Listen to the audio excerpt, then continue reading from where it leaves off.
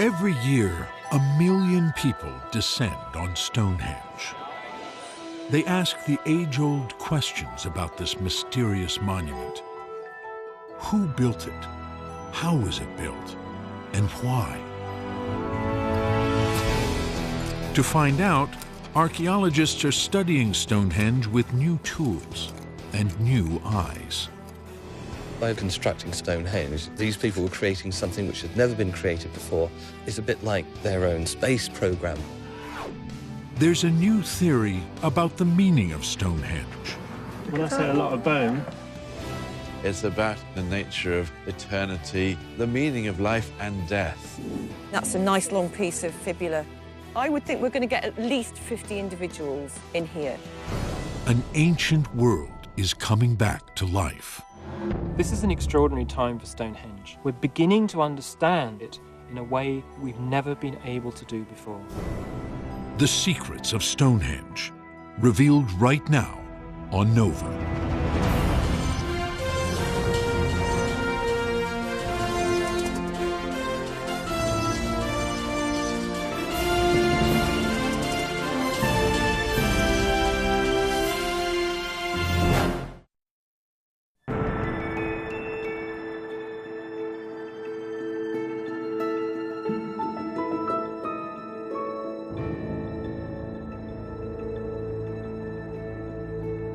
Brooding and majestic, Stonehenge is an icon of prehistory.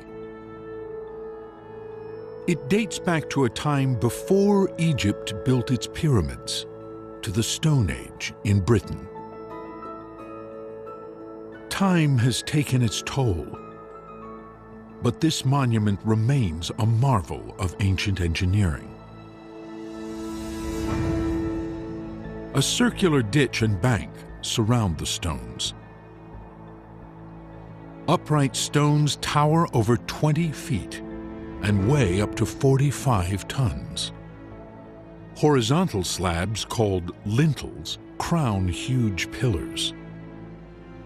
All these giants are made of sarsen, a local sandstone harder than granite. Yet they were carved and fitted like woodwork. Uprights were tapered and topped with knobs.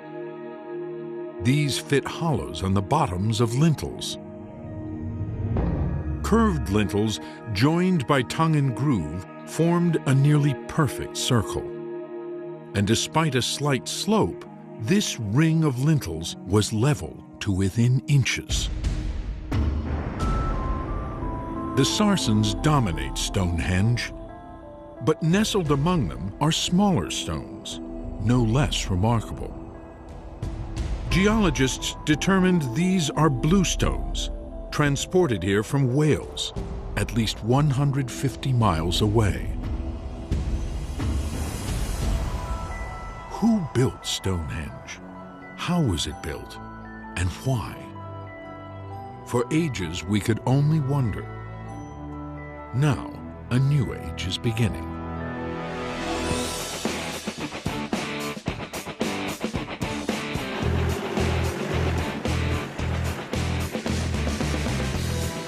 An army of archaeologists deploys around Stonehenge. Hey, everybody! Led by Mike Parker Pearson, the Stonehenge Riverside Project is nearly 200 strong, with scientists, students, and specialists in everything from astronomy to field survey. We're 6 years into this archaeological project. It's one of the biggest in the world, I reckon. So it's a really big chance to find out some of the key questions about Stonehenge. We're on a mission. We're on a quest. It's a quest to reconstruct the ancient world that gave rise to Stonehenge and resurrect the people who built it. The strategy is to dig not just at Stonehenge, but throughout the surrounding landscape.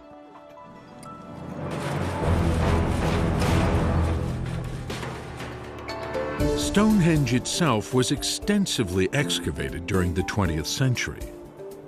Those digs established that the monument was built in stages. prehistoric people chose a rolling stretch of Salisbury Plain. And around 3000 BC, they dug a ditch, a bank, and a ring of 56 pits into the underlying chalk of the plain. These pits probably held the bluestones, brought all the way from Wales. Then, some 500 years later, the colossal sarsen stones were installed. The bluestones were pulled from their outer ring and rearranged among the sarsens. Several other stones completed the monument. And later, parallel banks would define a processional avenue that stretched all the way from Stonehenge to the River Avon.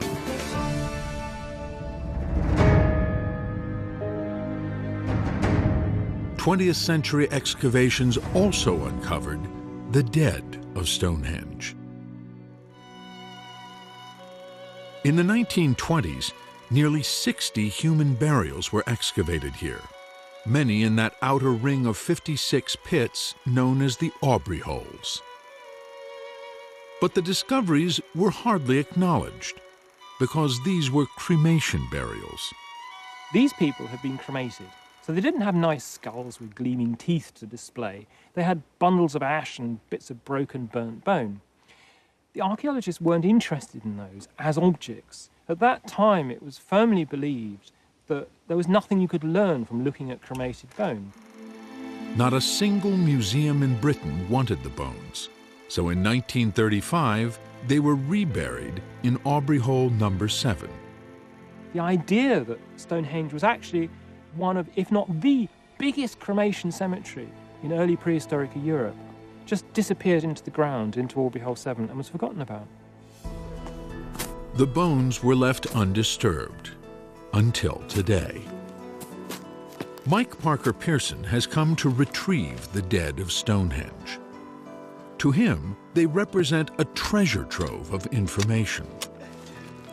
With closer analysis of those remains, even though they're burnt, we can work out people's approximate ages.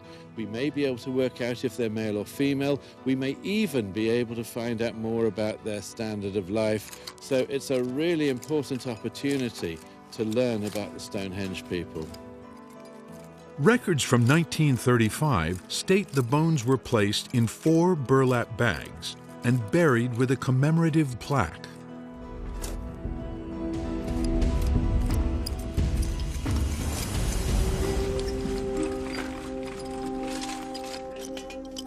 This is the first time anybody has seen a decent Aubrey hole for a good 80 years. It's quite impressive, but it's what's underneath it. It's lower down. That's what we're most interested in. And we're getting close. So. Oh, look. What's that? Is it? Suddenly, they spot a tiny piece of bone. Yep. It's bone, yeah. There's more. It's all over the place. The burlap bags that contained the bones have rotted away. I think we've just got to very carefully loosen the soil bit by bit. Is it desperately uncomfortable? Yeah, it is quite. Yeah. So we're just going to take it in turns and do as long as each of us can stand. Till the blood rushes to your head and you start to feel faint. That's already happened. Here we go, here we go. Oh, look what I found. The plaque. There it is. Read it out for us. Most of these bones were dug up in the years 1921, 1922, 1923, reburied 1935. Yeah, but actually it doesn't tell us anything we don't know, does it? I know, but isn't it nice? We've finally reached the bone layer. I think we were all hoping that the two men who buried these bones for posterity would actually put them in decent containers. But all we're really looking at is very loose cremated bone. Oh, crikey. When I say a lot of bone, we've lifted the plaque, and what we saw underneath was quite a shock. Just a complete jumbled mass of bone from who knows how many people. The plaque has stopped soil falling down in amongst them. So as the sack rotted, the bones were left completely clean. but it's going to be a serious jigsaw puzzle in the lab. I was hoping it was going to be easy, but this is the worst-case scenario. Little remains of the people of Stonehenge. What do we know of their world?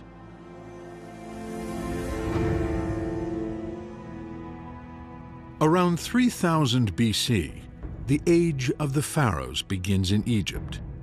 The first cities are flourishing in the Near East with writing and wheeled vehicles. The use of metal is spreading across Europe, but has yet to reach Britain. Here, the Stone Age is in its final phase, the Neolithic. The stone axe reigns supreme. With this tool, people clear forests and shape the timbers of their homes. Their settlements are small and scattered. They keep livestock and move with their herds. They raise barley and wheat. People tend to get the impression that in the Neolithic, life was grim and short. That's not necessarily the case at all. People generally seem to have been probably fairly well nourished. They would have had access to quite good food resources. They were obviously sophisticated, and they're probably having a fairly good lifestyle. Their stone tools and fine pottery have survived the ages. But objects crafted of wood, plant fibers, or leather have mostly vanished in Britain's climate and soil. The fabric of their daily lives, their customs and their beliefs have long eluded us. But the remains of their dead are providing new clues.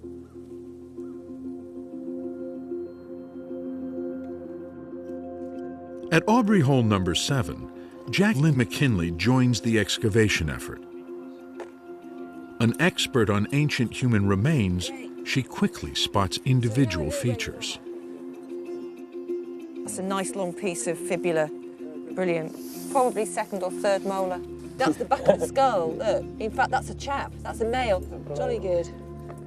It's a very important collection. We're in a very important place.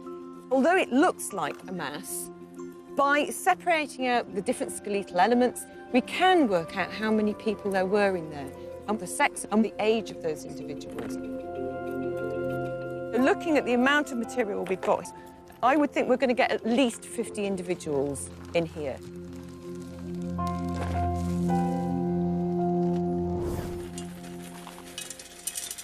In all, 35 pounds of cremated bone are eventually sent to the University of Sheffield. Graduate student Christy Cox is resurrecting the dead of Stonehenge, bit by bit. There's thousands and thousands of bone pieces. It's far more than we ever anticipated when we originally started the excavation. This should join here. That is just amazing. So we're looking at this bit down the side here, where the mandible goes up. So it would be the TMJ joint. Yeah, and that suggests that we've got an older individual. The bones reveal that burial at Stonehenge was reserved for a select group.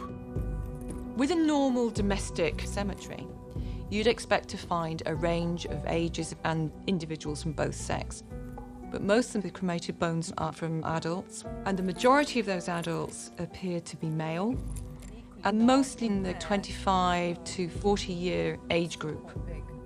We're seeing just a slight wear and tear on the bones in this population. So they were fairly healthy, they were fairly robust male individuals.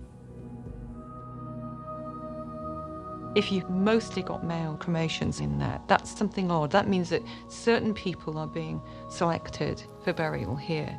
What was special about them? I suspect they may well have been people of important political stature.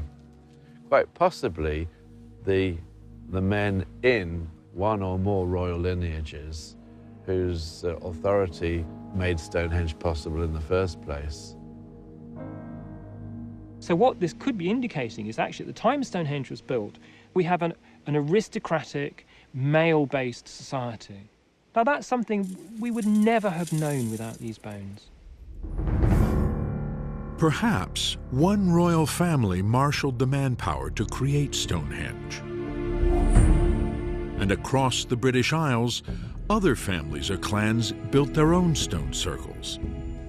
Nearly 1,000 still stand today. Neolithic people also raised timber circles. Today, all that remains are traces of post holes. But their size indicates some held tree trunks 15 feet high, weighing several tons. Enormous pits were dug to hold these timbers and standing stones. And many circles were enclosed by a circular ditch and bank, an earthwork known as a henge. How did people with Stone Age technology manage to build on such a vast scale?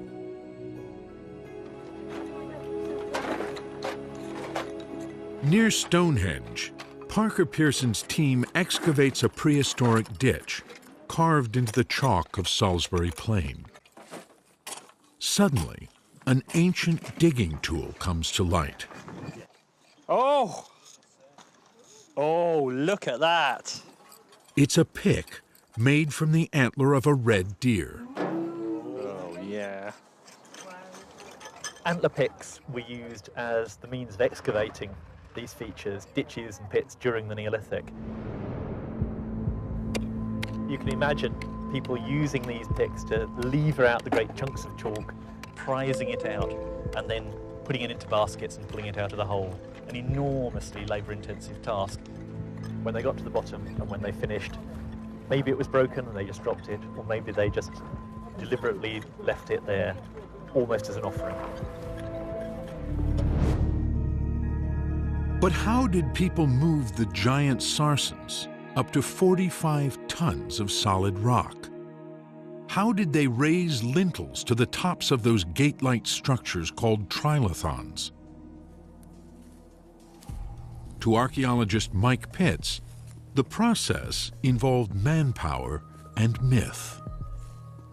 We're about 20 miles north of Stonehenge, and this area is probably where all the big stones, the sarsens at Stonehenge, came from. This landscape now looks very much as I think it would have been in the Neolithic. So we have the trees, we have the forests growing, expressing life, and we have the stones in thousands lying largely under the ground like bodies.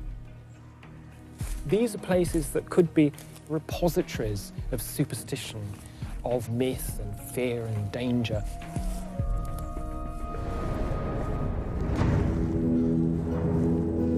To find a sarsen of the right size and shape for Stonehenge may have been a sacred quest for the most skilled stonemasons. Like a Michelangelo, they'd examine the stone very carefully. These are guys that are used to making stone tools. They understand stone. And I think a Stonehenge mason would have looked at a stone like this as something that he's used to making, like a stone axe or an arrowhead, but enlarged into a huge scale. Masons may have roughly shaped the sarsens at the quarry site, using pounding stones. But they left few clues to how they moved and raised giant stones. 1, 2, 3. So researchers have experimented. Stone Age Britain did not have the wheel, but people may have pulled large stones over rollers made of tree trunks. 2, 3, pull. Perhaps they laid timber tracks and slathered them with grease. A wooden sled with a keel would have kept the stones centered over the tracks.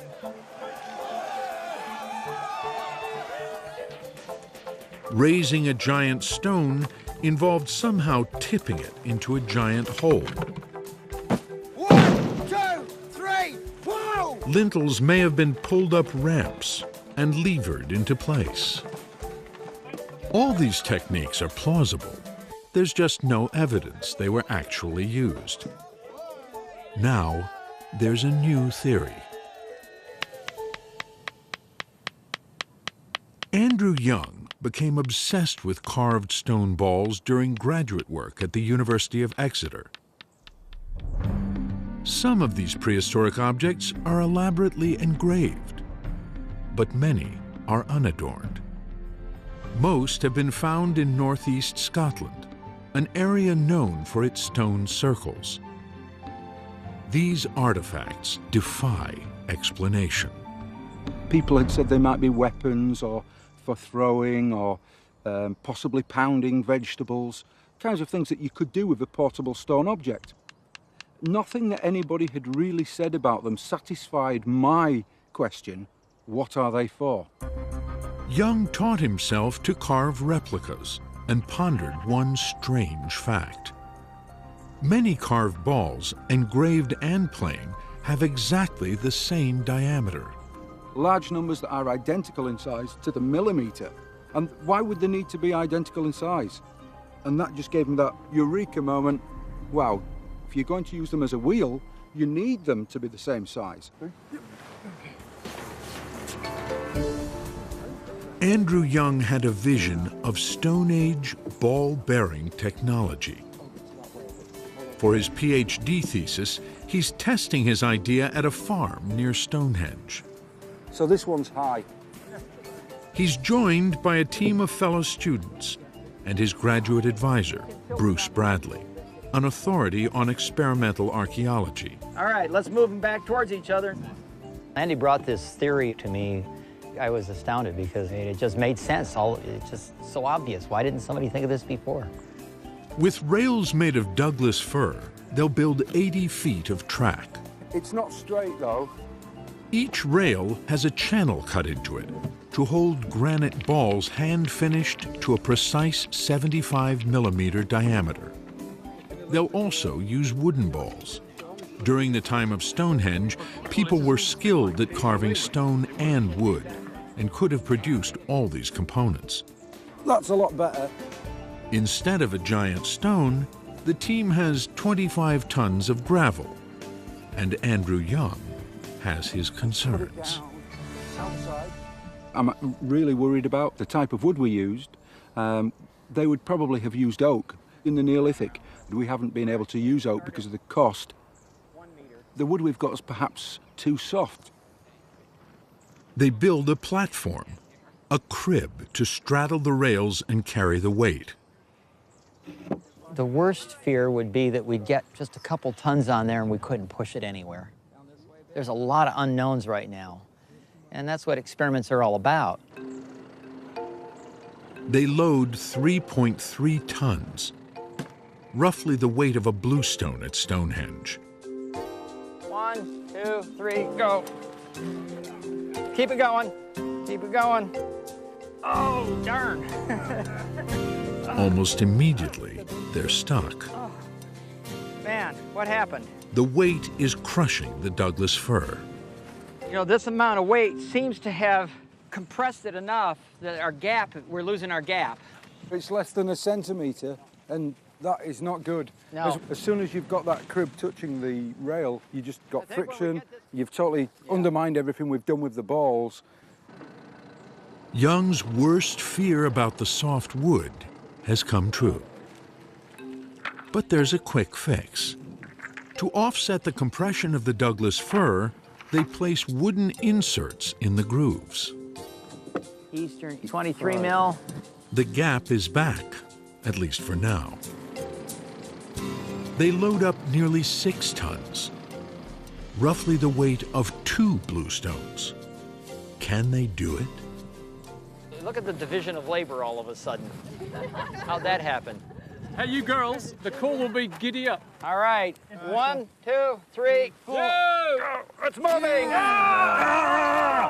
Come Watch on! yourself. Keep going, folks! Keep at it. Let's get on those wood balls. We're gaining speed. Whoa! Hey! We've moved the bluestones, and once it was going, we were going. Yeah, we were having a hard time stopping. We're not as heavy as the Sarsens at Stonehenge, but I'm convinced that that's it. We can move the Sarsens, no problem. The largest sarsen at Stonehenge weighs some 45 tons. How much can this rig handle? The team has one more day to find out.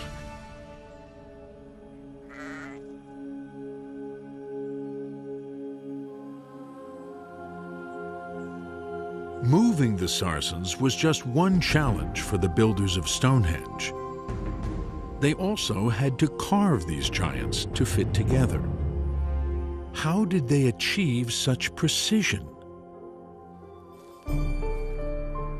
Just outside Stonehenge, Parker Pearson's team noticed small pieces of sarsen emerging from, of all things, molehills.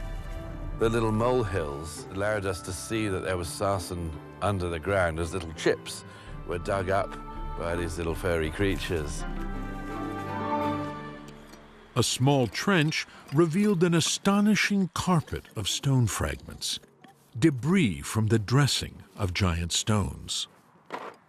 The stone dressing trench has produced fantastic surprises. This is where the stones were lying and having their faces trimmed and bashed, and we've been able to find in that tiny trench 50 hammerstones. This is a hammerstone. It actually fits quite nicely in the hand, as it turns out. And you can see all the pitting around the outside where it's been banging against something. The Neolithic builder would literally have stood alongside the stone to do the more fine-scale work. It's going to take ages just to get that fine shape. Stonehenge is an expenditure of labour on a grand scale. You know, it's easy for us to forget that these people were creating something which had never been created before. It's a bit like their own space program. Stonehenge is a masterpiece of Stone Age technology. But what did it mean to the people who built it? Was it simply the burial ground of a royal family, or was there more to the monument? An enduring theory about the meaning of Stonehenge dates back to an observation made by 18th century scholars. They noticed that the entrance to Stonehenge faces the rising sun on the longest day of the year, the summer solstice. By the 1960s, people had embraced the monument as an observatory, used by ancient astronomers to track the sun and moon. Some astronomers even claimed the mystery of Stonehenge had been solved. Well, let's get one thing clear. This wasn't some sort of astronomical instrument. Clive Ruggles has written the book on ancient astronomy. An archaeologist and astronomer, he ran his own studies of Stonehenge. Everyone thinks that it's some sort of ancient observatory that incorporated lots of alignments. In fact, we archaeologists are only confident in one alignment at this monument, and that was the main axis that you see here. This axis runs right through the center of Stonehenge and down its avenue. In this direction, it points at sunrise on the summer solstice, around June 21st. On those few days around the longest day of the year, just as the sun rises, you would have seen a shaft of sunlight coming right into this. It would have been a very spectacular effect. The thing is, if the axis is pointing at midsummer sunrise this way, then it also has another direction. We come round the site. You have to do a bit of imagining here. We've got these big trilithons, 1 and 2, standing here. There was another one standing here. We've only got one of the uprights left. Then, in fact, the axis in this direction points at the sunset on the shortest day of the year, midwinter sunset. So the sun will be coming down like this and setting in this direction along the axis. This extraordinary alignment sheds light on the beliefs and rituals of people in the ancient world. Stonehenge isn't the only place that has an astronomical alignment built into it. There are many ancient peoples all over the world who've incorporated alignments on the sun, the moon, sometimes the stars. And what it's probably telling us is about a connection in people's minds between the sun and the seasonal cycle and how by having the right ceremonials at the right time, they could keep in harmony with the cosmos. The alignment at Stonehenge suggests the solstices were important times of year for the people who built the monument.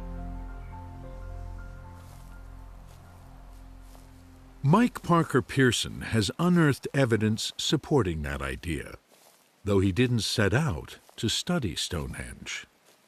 I never thought I'd be doing any work here in a million years, and I had many other interesting things to do, so it was a series of accidents that really led to our project getting up and running. He had spent years in Madagascar studying traditional burial practices. Here, people build stone monuments for the dead. They believe stone belongs to the realm of the ancestors. The realm of the living is built of perishable materials, like wood. In 1998, Parker Pearson happened to visit Stonehenge with an archaeologist from Madagascar. When my colleague Ramilson saw all of this on a cold February morning, it was something of a bombshell, because what he was to say was to change archaeologists' understanding of this monument completely and to lead to a huge new program of archaeological research. I believe this is a meeting place to connect with the ancestors. I am utterly convinced the stones are linked to the ancestors. And that's the moment the light bulb went on in my mind, and I thought stone was associated with the ancestors, the dead, and constructions in timber should be associated with the living. And this made me think a little more about what was happening in the Stonehenge landscape. He knew Stonehenge was full of cremated remains, nearly 60 burials excavated in the 20th century, and perhaps 200 more in untouched areas of the monument. If Stonehenge marked the realm of the dead, where was the realm of the living? Less than 2 miles north of Stonehenge sits the giant henge of Durrington Walls. In the 1960s, when a road was cut through this henge, archaeologists discovered the post holes of a timber circle, nearly identical in size to Stonehenge. If Durrington Walls marked the realm of the living, and Stonehenge the realm of the dead, perhaps the physical link between the two was the River Avon. We know from mythologies all around the world that water is a very important part of that journey, from the world of the living to the world of the dead. It was a clever theory, with little to back it up. Until excavations began at Durrington Walls. My interest in Durrington Walls was to find out two things. There should be an avenue linking it to the river, just as there was Stonehenge's famous avenue leading to the water. Secondly, there should be evidence of settlement, of something to do with the living. The team did uncover an avenue, some 30 feet wide, running straight from Durrington Walls to the River Avon. The dig also revealed ample evidence of the living. We've actually found the floor of a house. Now, it's only 4 meters that way by 4 meters this way. It has stake holes along its sides, so a timber facade covered with chalk plaster. It's the first time we have found the floor layer for a Neolithic house anywhere in England. We can actually walk on the very surface that people walked on 4,500 years ago. The floors of 8 other houses came to light. They were built around 2500 BC, the same time the sarcens were put up at Stonehenge. Hundreds of other dwellings probably filled Durrington Walls, clustered around the timber circle. I think we could be looking at this entire area covered in houses, perhaps with a central open area, forming the largest village in Northern Europe at that time. But people didn't live here year-round. They came for special occasions. In between the houses, the team found huge piles of pig and cattle bones.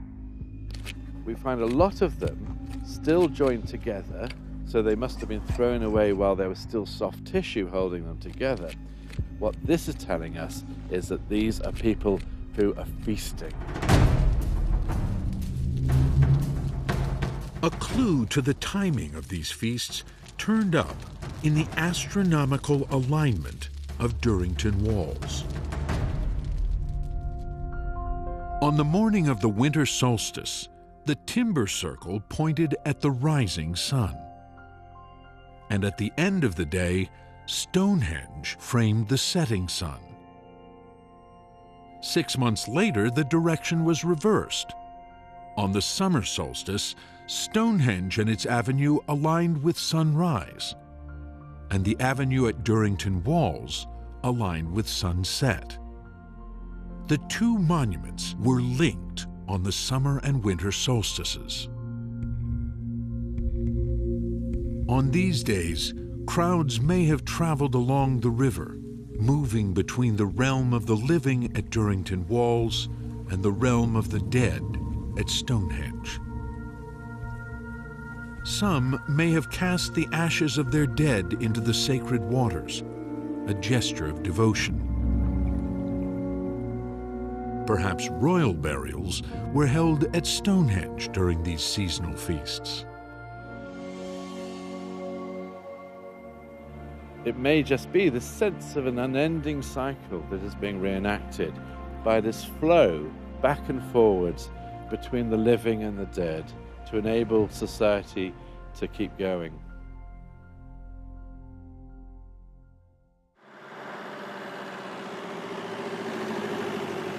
Parker Pearson had discovered traces of an ancient belief system etched into the landscape around Stonehenge. But one question still lingered about the monument's location. Why was Stonehenge built on such an unremarkable patch of countryside, not on a ridge or hilltop? The answer may lie hidden beneath the surface of the Stonehenge Avenue, the great processional route leading to the River Avon. This feature was mapped by running a small electric current through the soil and measuring its resistance. The technique can detect structures under the surface. It picked up a series of mysterious grooves running beneath the avenue for more than 200 yards. Parker Pearson was convinced these grooves were the remains of a man-made structure older than the avenue. His team opened a shallow trench to investigate. It runs over there. Yeah. I was convinced we were going to find evidence for gullies that contained vertical timber posts, something like that, and I was bitterly disappointed because they were entirely natural. Soil specialists determined that these grooves were formed between two natural ridges in the landscape. During the last ice age, these ridges funneled rainwater and snowmelt between them. Yearly freezing and thawing caused the ground to crack into long, deep grooves. What makes the grooves extraordinary is that they are aligned with the solstices. On the winter solstice, they would have pointed directly at the spot where the setting sun touches the horizon. Think about this coincidence in the landscape, the fact that you've got these natural stripes in the landscape actually aligning with the direction where the midwinter sun goes down. Yes, to us it's a coincidence of nature, but imagine how that seemed to people whose mindset was different. It would have made it a very sacred and powerful spot. And that, for me, provides a very plausible reason why Stonehenge was constructed where it was. Prehistoric people built Stonehenge just beyond where the grooves end. Later, they enhanced the natural ridges with massive banks and extended the avenue all the way to the River Avon. Or so it was assumed.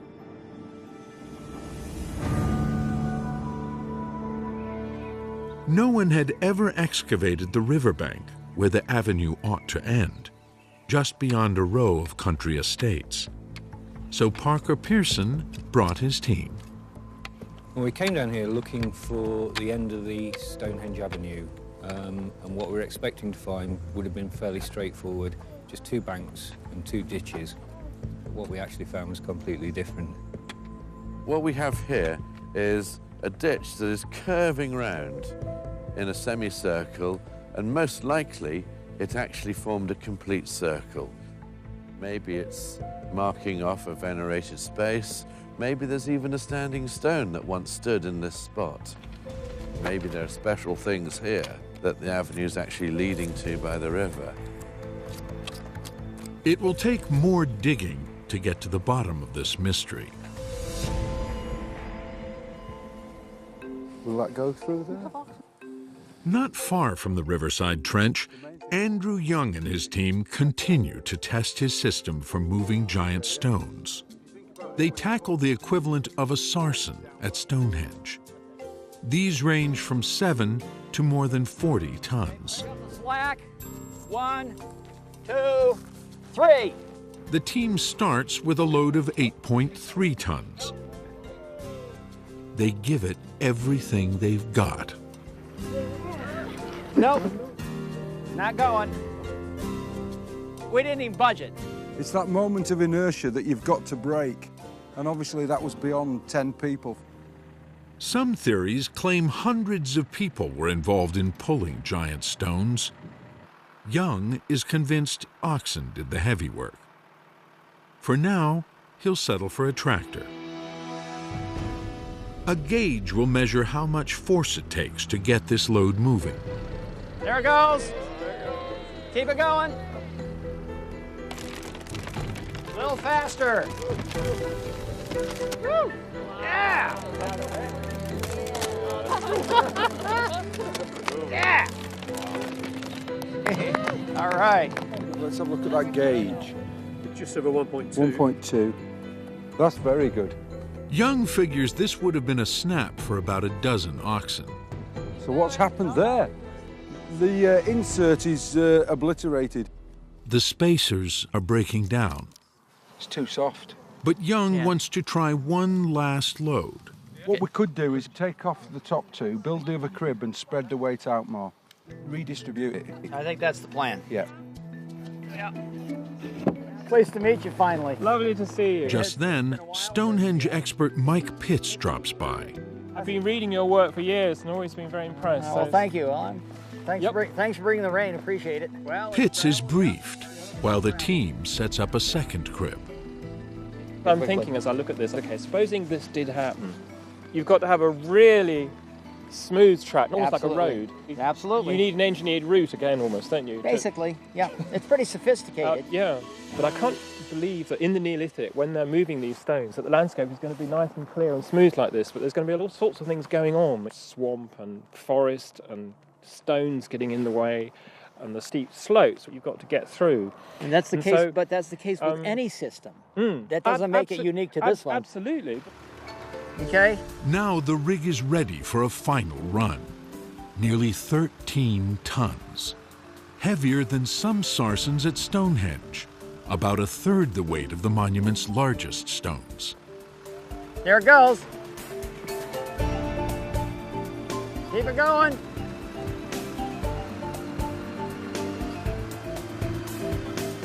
Keep it going. Keep it going. Uh-oh. Stop! What happened? Did you...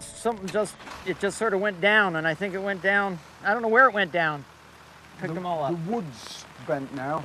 Yeah, but it worked. I don't know about you, but I was pleased with that. I think we're done, because we can't stay out here and get everybody frozen.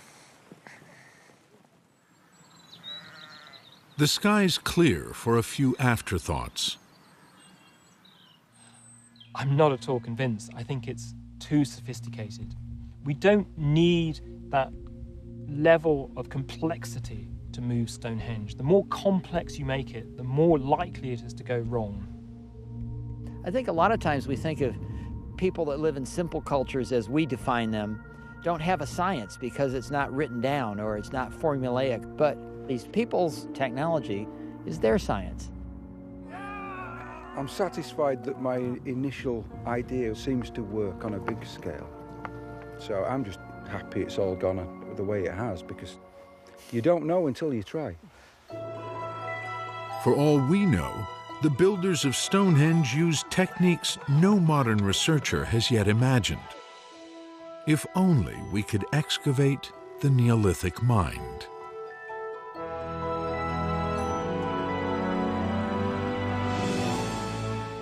Back at the riverside, Parker Pearson and his team expand their trenches and expose more of that strange circular structure. It appears to be the ditch and eroded bank of a henge. Ben, we've got a huge triangular stone hole in that one. In its center, they make a spectacular discovery. A ring of large holes. Recorded in a laser scan, their shape and size point to one thing. They probably held bluestones, just like the ones now standing at Stonehenge. This place was selected out as a special spot to build a stone circle. And to do that, with antler picks, they had to dig a circle of holes. And the hole in front of me, they've created almost a nest of flint nodules to form a base to support the stone coming in on top of it. These stones would have formed almost a mini Stonehenge without the lintels, very close together, standing some 3 meters high in places. The complete circle probably held 25 stones. The team names it Blue Stonehenge. So, when was it put up? When was it taken down? Where did the stones go? And we're starting to get some answers for those questions. Found in the stone holes, a distinctive type of arrowhead suggests Blue Stonehenge may have been built around 3000 BC, at the same time Stonehenge was first built, as a ring of 56 bluestones. The two monuments may have been linked from the start. It may well be that these were set up together as two separate stone circles. One right by the river, one up at the special solstice place of Stonehenge itself. So providing the two ends of a ceremonial route for people to move back and forwards.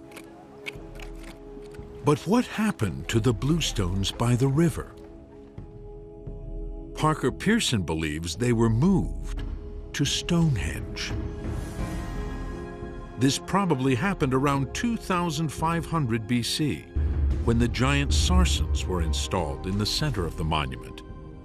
But the bluestones still mattered.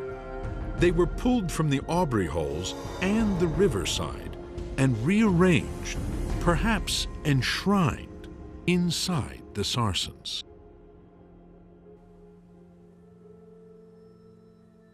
To the people who built and rebuilt Stonehenge, what did the bluestones mean? Why were dozens gathered from these outcrops in Wales, at least 150 miles away?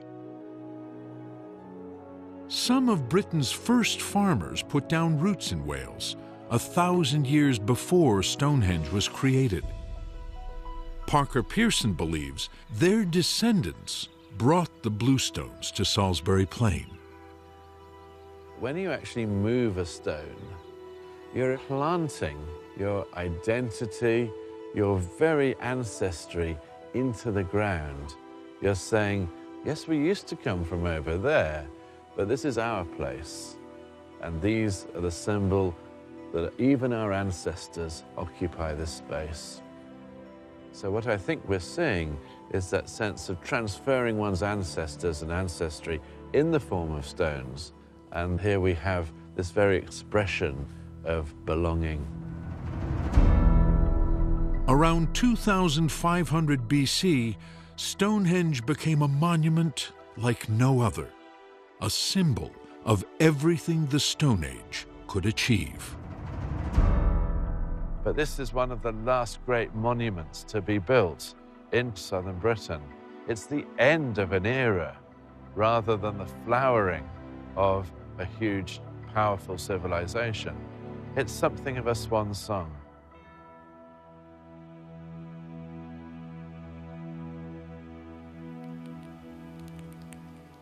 As Stonehenge reaches its peak, something new is trickling into Britain. Copper, gold, and later bronze. For people who define their existence in terms of stone and wood, metal changes nearly everything. With metal comes a focus on personal wealth and status. Now the dead are laid to rest with their riches in individual burial mounds. Hundreds appear in the landscape around Stonehenge. And the age of grand communal monuments comes to an end.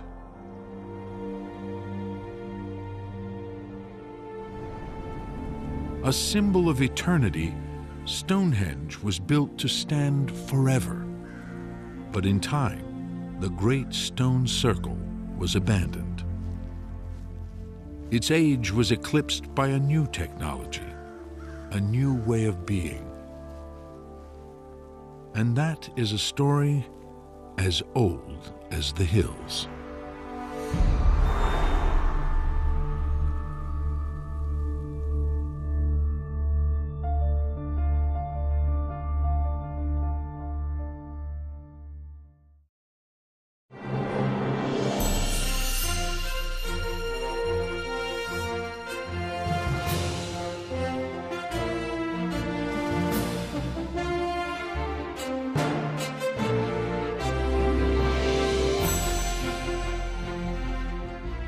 This Nova program is available on DVD at shawpbs.org or call 1-800-PLAY-PBS.